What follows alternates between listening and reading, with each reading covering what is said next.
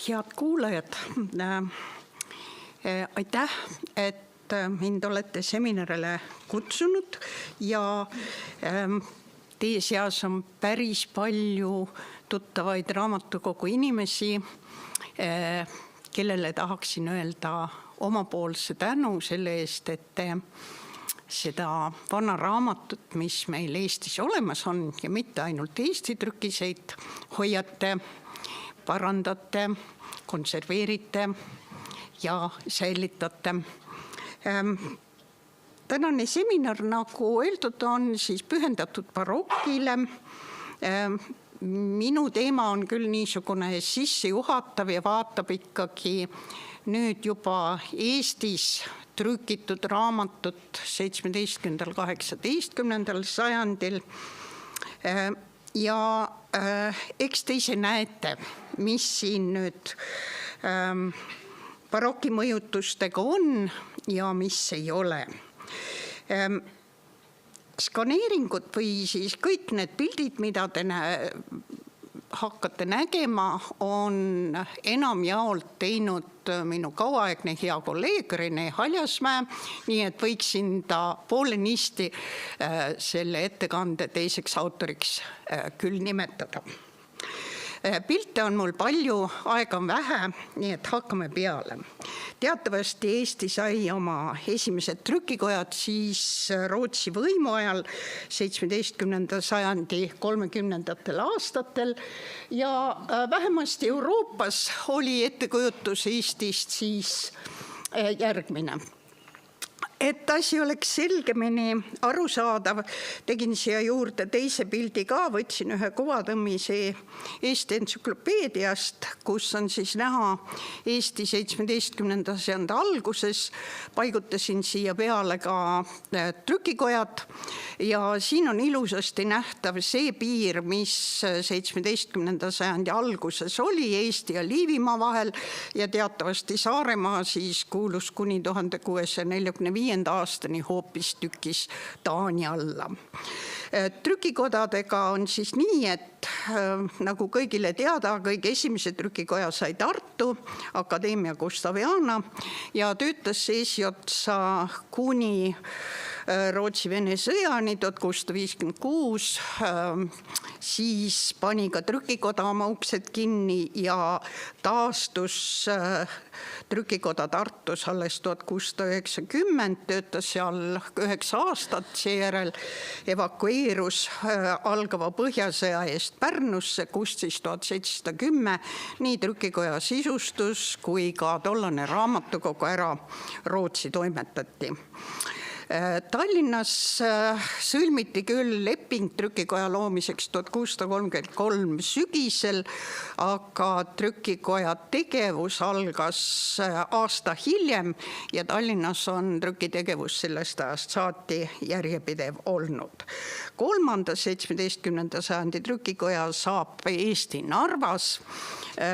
Samamoodi leping sõlmitakse 1695, tööle hakkab trükikoda 1696 ja tegutseb kuni Narva vallutamiseni Vene vägede poolt 1704. Sellest on päris pikalt ja huvitavalt kirjutanud Enn Küng Rahvusarhiivi toimetistest, kes tahab Narva trükikoja kohta lugeda. 18. sajandi trükikodadest siis Tallinnas tuleb juurde teine eratrükikoda, töötab siin ainult 10 aastat, vastavalt sellele, kuidas Venemaa seadused seda võimaldasid. Erandlik on aga Põltsamaa trükikoda, mis tegelikult on eratrükikoda asutatud 1766, siin oli küll 80. aastatel põlengujärgne kaos, 1783 hakkas ta uuesti tööle, kuni siis tollased omanikud Grentsius ja Kuptsauda Tartusse viisid ja Tartus alates 1789 on trükitegevus siiamaani siis ka edasi toiminud.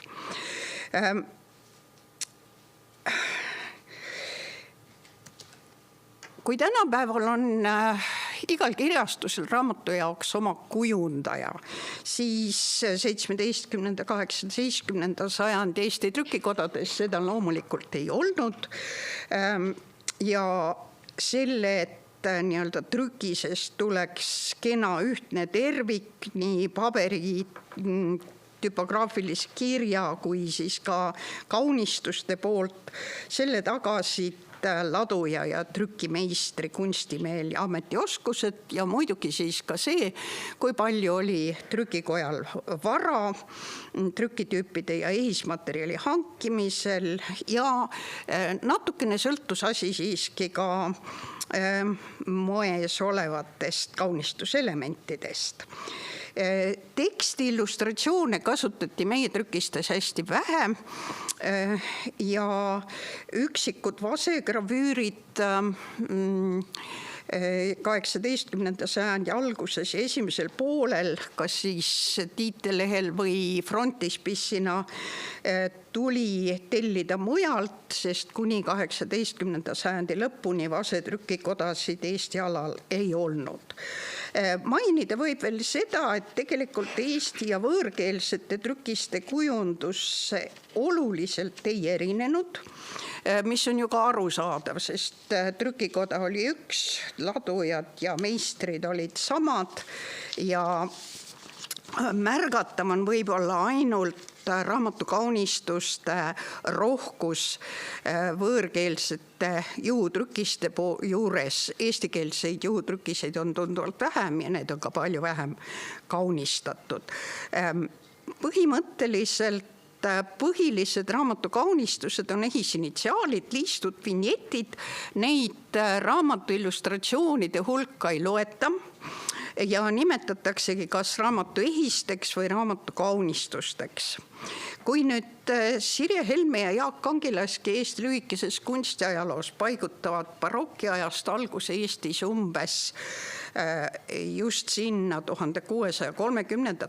aastatesse, jagavad selle omakorda veel 2 perioodiks, enne ja pärast Põhjasõda, siis teie ees olev väikene tsitaat 1941. aastal ilmunud Veronika Siku omaaegsest proseminari tööst Eesti raamatu välimusest 17. ja 18. sajandil, mille ta siis kirjutas meie, võime austusega öelda, esimese tõsise trükinduse ja raamatuajaloo uurija Friedrich Puksoo käe all, ütleb nii, et meie raamatukunstis oleks ikkagi liialdus rääkida renessans, barokk või rokoko raamatust, sest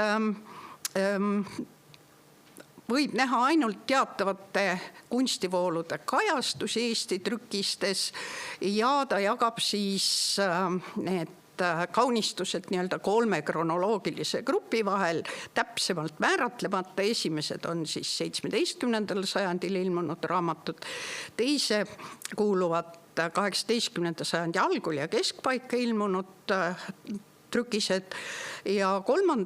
sajandi lõpu kümnenditel välja antud teosed. Ja et üleminekud on siinjuures üsna aeglased. Mingeid muutusi aga siiski võib ka 17. sajandi teisel poolel raamatutoodangus siiski tähele panna. Hakkame vaatama järjest kas või tiitellehti. Ja valdavalt hinnatakse tõepoolest siis Eesti raamatute või Eesti trükiste. Siin, nagu öeldud, ei ole mõeldud ainult eestikeelseid, vaid siis üldse Eestis trükitud raamatut. Hinnatakse nad renessanssraamatute kaunistussüsteemi kuuluvateks. Ehisraamidest eriti Akadeemia Gustaviana tegevuse alguskümnenditel näeme niisuguseid puulõikes piltkujutistega raame, kuhu siis tegelikult trükitekst või tiitel sisse trükitakse. Ja samal ajal kasutatakse siis ka niisuguste ornamentaalsete ehisraamidega erinevatest ehistüüpidest kokku pandud raame. Tallinna puhul niisuguseid puulõikeraamides trükiseid teada ei ole küll, aga on hästi mitmekesine just nimelt ornamentaalsete tehisraamide valik. Kasutatakse siis ka erineva kõrgusega trükikirja, mõningatel juhtudel ka musta ja punase trükiga tiitellehte. Vahetatakse siis ka antiikpa- ja fraktuurkirja tiitellehtedel, et seda pilti veidekenegi ilmestada.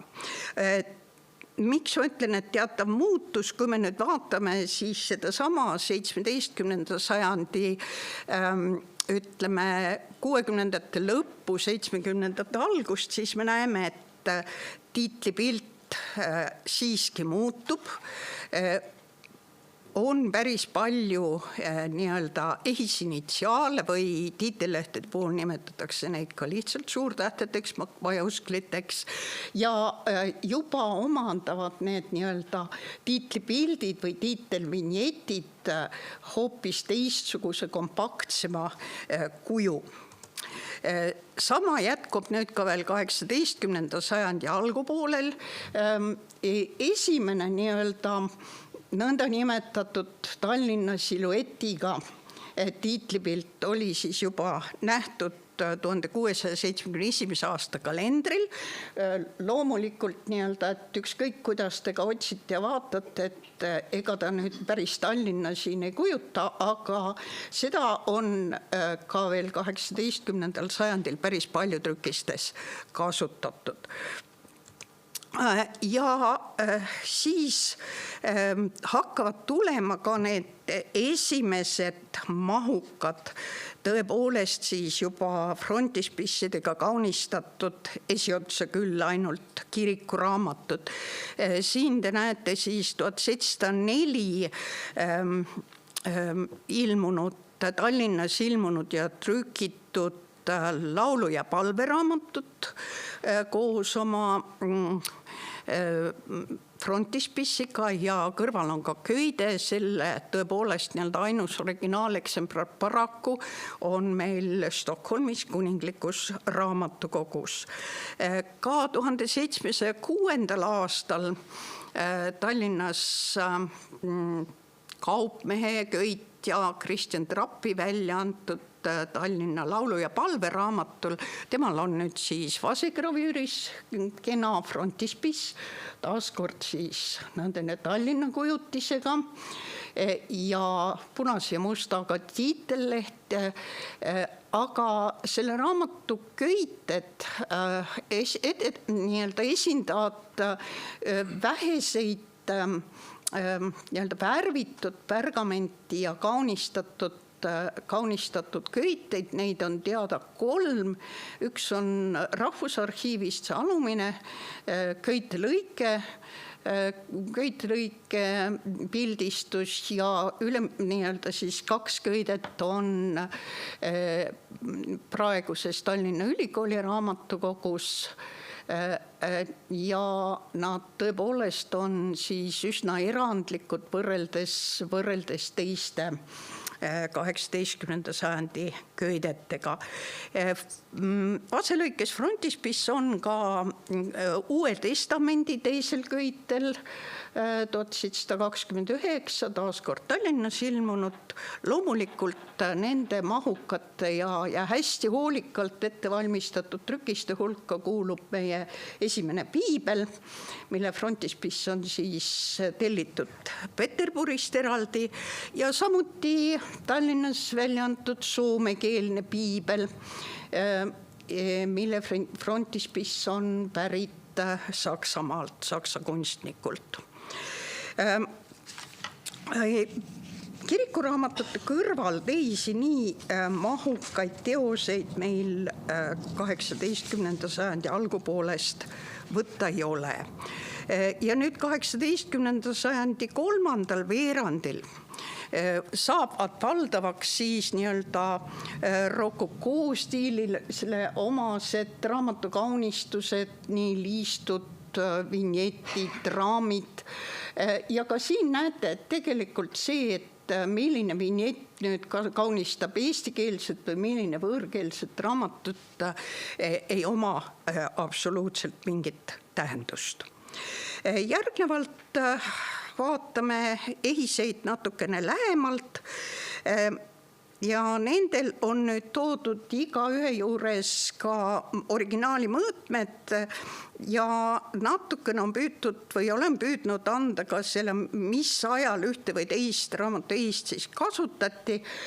Selleks viimase 5 aasta jooksul, kui sai ette valmistatud Eesti retrospektiivse rahvusbibliograafia järgmist köidet, sai neid siis registreeritud, aga kindlasti ei ole ma mitte kõiki registreerinud, nii et neid ei maksa võtta nüüd viimase tõe pähe, neid kasutusaegasid. Kõigepealt siis ehisinitsiaalid.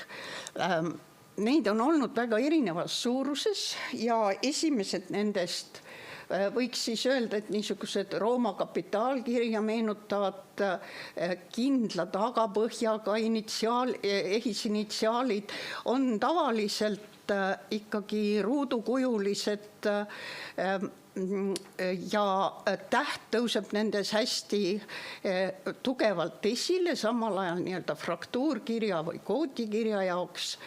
Need initsiaalid on tihtipeale isegi raskesti loetavad, olenevalt ka sellest, kuidas siis ta on sinna väänlevasse tagapõhja mähitud ja nende laius ja kõrgus on olnud väga erinev.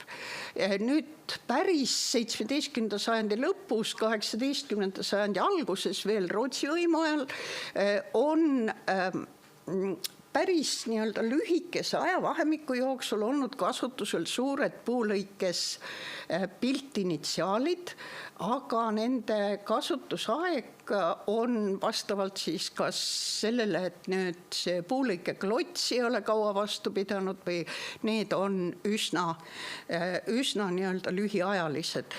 Samal ajal sajandi keskel on kasutatud ka siis niisugust päris, ütleks niisugust plakatlikku kirja meenutavaid ehisinitsiaale, mille näidiseid võib näha isegi Saksa nii-öelda trükiklotside kogumikus, mis on välja antud 20. sajandi alguses Saksamaal. Ja siingi ka ehisinitsiaalide puhul näeme seda, et siis sajandi keskpaiku hakkavad need initsiaalid muutuma. Nüüd ei ole initsiaal ise enam niisugune keeruline. Ta on lihtsalt veidi suurema keegliga nii-öelda täht, mis on siis mahutatud erinevasse raami ja raamid, nagu näete, siis ka varieeruvad. Mõningal puhul nagu siis ülemise nii-öelda on näha ka, et seesama nii-öelda ehisinitsiaali kujundus või ka allpool siis surmainglitega pildid näitavad otseselt ära, millise trükise juures võiksid need siis ka esineda. Neid on Soome raamatuajaloonale Anna Perälä nimetanud ka siis initsiaalvinjettideks. Ja loomulikult mõjuvad nad tunduvalt õhulisemalt kui need varasemad vinjetid ja lähevad siis praktiliselt sajandi lõpuni niisuguste ka juba rokokoo elementidega edasi. Ehisliistud, neil on olnud samamoodi oluline osa just nimelt trükiste sissejuhatamisel. Nad on tavaliselt kasutusel olnud siis päisliistuna. Nad võivad olla nii figuraalsed kui ka siis ehistüüpidest kokku laotud erinevad variandid. Kui te nüüd siin vaatate, siis ehistüüpide puhul olen ma püüdnud näidata seda, mis ajast mingid ehistüübid on kasutusele võetud. Nad on vastavalt sellele need aastaarvud antud, millal üks või teine ehistüüp on esimest korda registreeritud, nii et ütleksime, et kõige ülemine rida 1658, selle all olev on aastast 1634 esimest korda kasutusel olnud, järgmine siis 1661 ja konkreetselt liistu on esimest korda olema selle registreerinud Tallinna trükk oli Adolf Siimanni teostest 1661. Omamoodi huvitavad on ka need 18. sajandi alguses, eriti Tallinnas Johann Köhleri poolt kasutusele võetud niisugused, ütleksime, sambaks laotud ühistüüpidest vinjetid, millega on kaunistatud siis nii-öelda plaanoformaadis trükiseid ja ka siin on siis samamoodi, ütleme, et kui lilled ehistüübina on kasutusel olnud juba Narva trükistes, siis tegelikult nii-öelda need keskmised tähekesed on Köhler kasutusele võtnud alles 1730.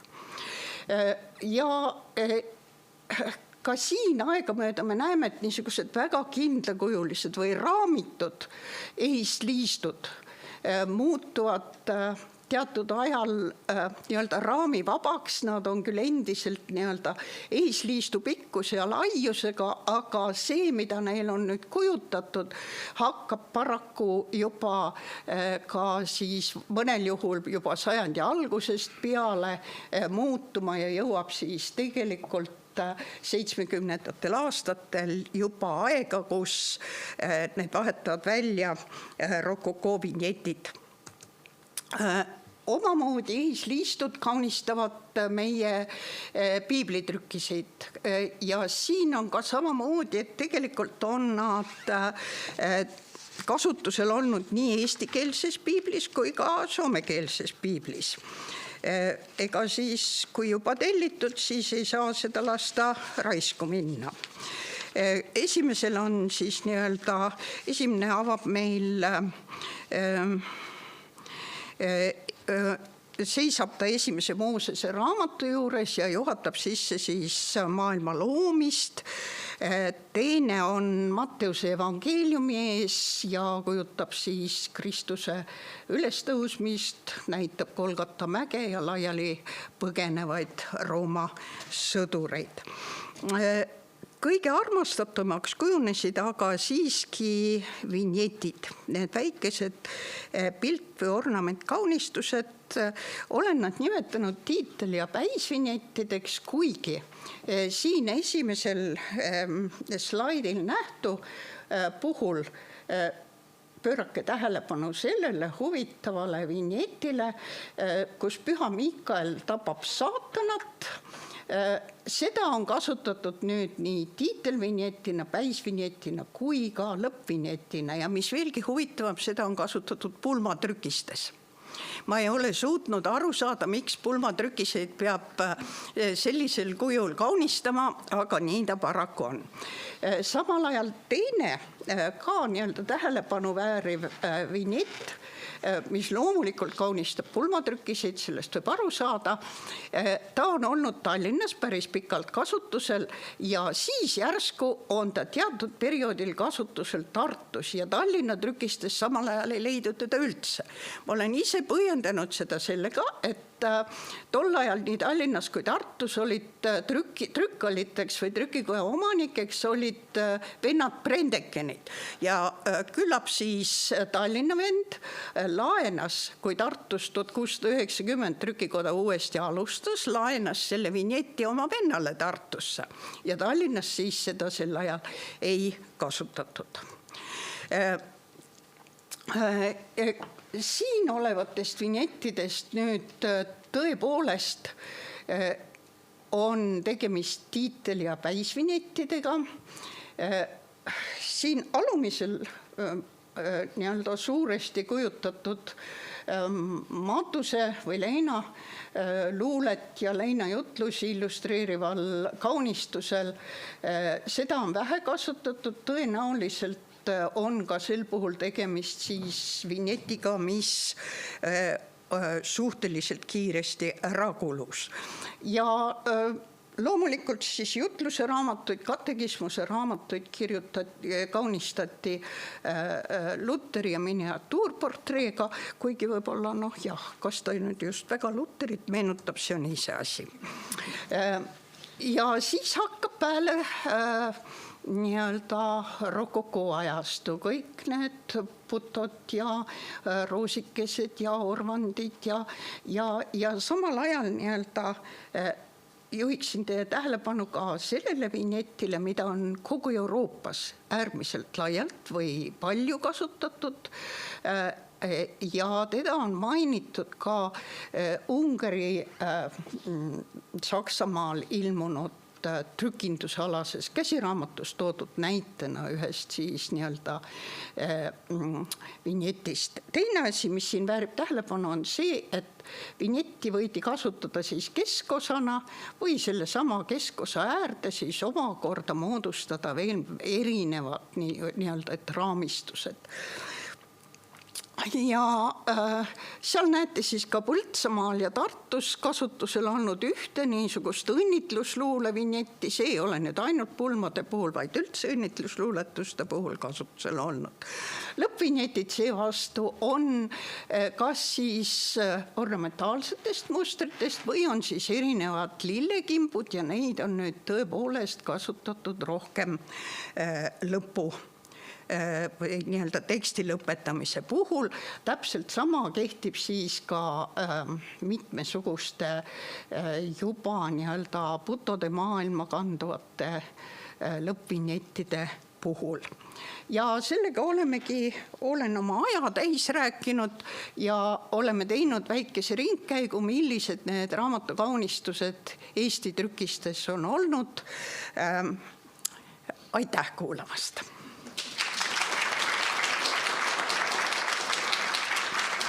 Lõpetuseks panin siia kodulehele veel natukene kirja, et mida võiksite lugeda, kellel vastavat soovi on. Ja sellega oleme siis lõpule jõudnud. Aitäh!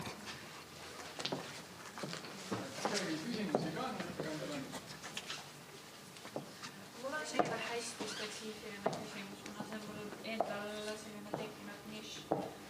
Kas Eesti trükistes on ka vinjettidel kasutatud sellist nagu Inglismaal kasutatakse neid rohelisteks meesteks ehk nagu selline nägu, millel nagu kas silmadest või suust või ninast tuleb nagu lehti asju? Mul ei ole küll niisugust ette näinud, ette tulnud, aga nagu ma ütlesin, ei ole ma kõiki näinud.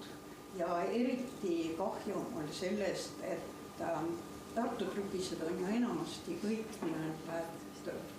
osa, enamasti on nad Rootsis laiali, osa kuninglikus raamatukogus, osa Uppsalas ja olemasolevad kserokoopiad, mis kunagi õnnestus hankida. Kahjuks ta ei ole igavene ja sealt niisugust korralikku head slaidi või skaneerida kõik ei saa. Nii et selleks, et selle asjaga edasi tegeleda, siis läheb ikka veel palju aega. Neil oli ka küsimus. Tegelikult küsimus on mul kommentaar selle protsessi kohta, kus algas juba, ütleme, 2000 aastatest alt ja siis sai soetatud akadeemilisele raamatukogule Scanner A3 ja Veps on 8000 000 vist oli ja põhimõtteliselt siiamaani me EU regulaatort teavitas mind, et ma tunnen Rene sinu juurde reedel ja siis raamatud oli kõik ilusasti niimoodi ära markeeritud, kus kohast võtta tuleb Versa või rektor poole pealt ja siis nii see protsess käis ja see on tõesti pikaline ja suur töö olnud. Ja siis nüüd küsimus oleks võib-olla ka lõpus, et kas võiks teha sellest sellise paberkataloogi ka? Kindlasti võib teha, aga siis peaks natukene täiendama ja tegelikult ma täiendan nüüd sind. tegelikult Rene skaneeris need nii nagu korralikult nagu peab, aga esitluse jaoks lõikasin ma kõik värvikammad ja kõik nii-öelda, et joonlauad kõik lõikasin välja. Aga nad on korralikumal kujul olemas, kui te siin slaidide peal nägite. Jah, need on trükikvaliteediga 600 dpi on ka. Need on täiesti trükikvaliteediga korralikud olemas. Seda te juba nägite, et ma ei hakanud neid palju muutma, et kokkuvõttes oli maht oli väga suur sellel asjal.